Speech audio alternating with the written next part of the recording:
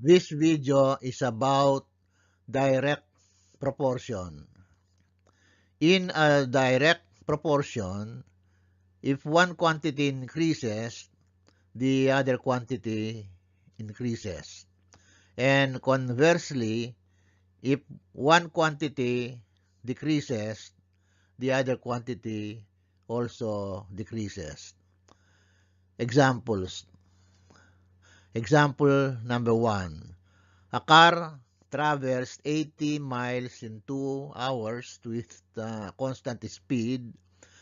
How far can the car travel in 3 hours? Let us first apply what we have learned about unit rates. Unit rates were discussed in grade 6 video number 24 of this channel. If the car travels 80 miles in 2 hours, so the unit rate is 40 miles in 1 hour or 40 miles per hour. 40 times 2 is 80. 1 times 2 is 2. So 80 miles in 2 hours. 40 times 3 is 120. 1 times 3 is 3. So 120 miles in 3 hours. So the car can travel 120 miles in 3 hours. Let us now solve the problem using direct proportion. 80 miles in 2 hours. How many miles in 3 hours? Let us represent the number of miles the car can travel in 3 hours by x. So x in 3 hours.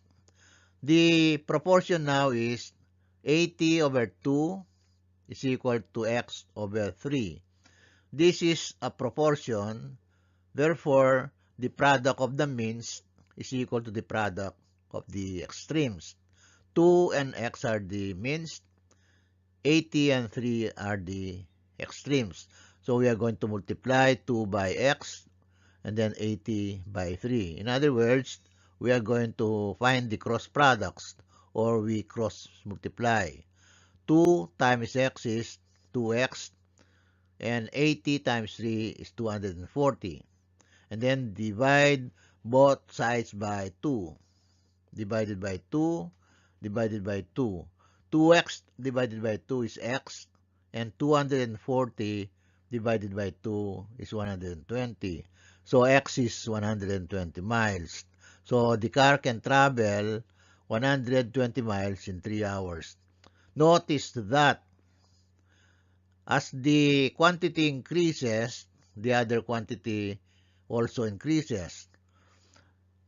2 increased to 3 and 80 increased to 120. Example number 2. Olivia can make 20 bags in 5 days. How many bags can she make in 2 days? So 20 bags in 5 days. How many bags in 2 days? Let us represent the number of bags she can make in 2 days by x.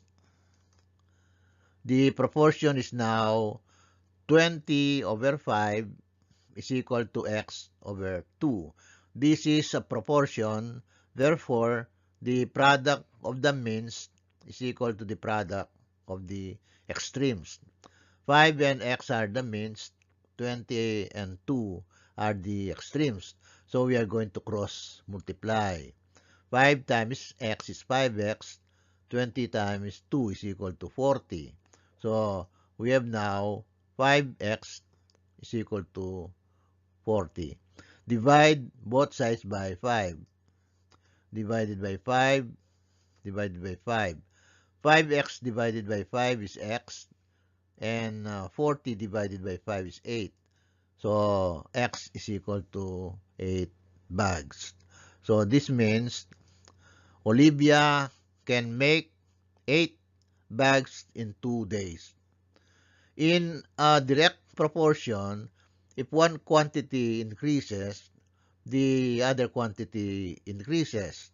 And conversely, if one quantity decreases, the other quantity also decreases.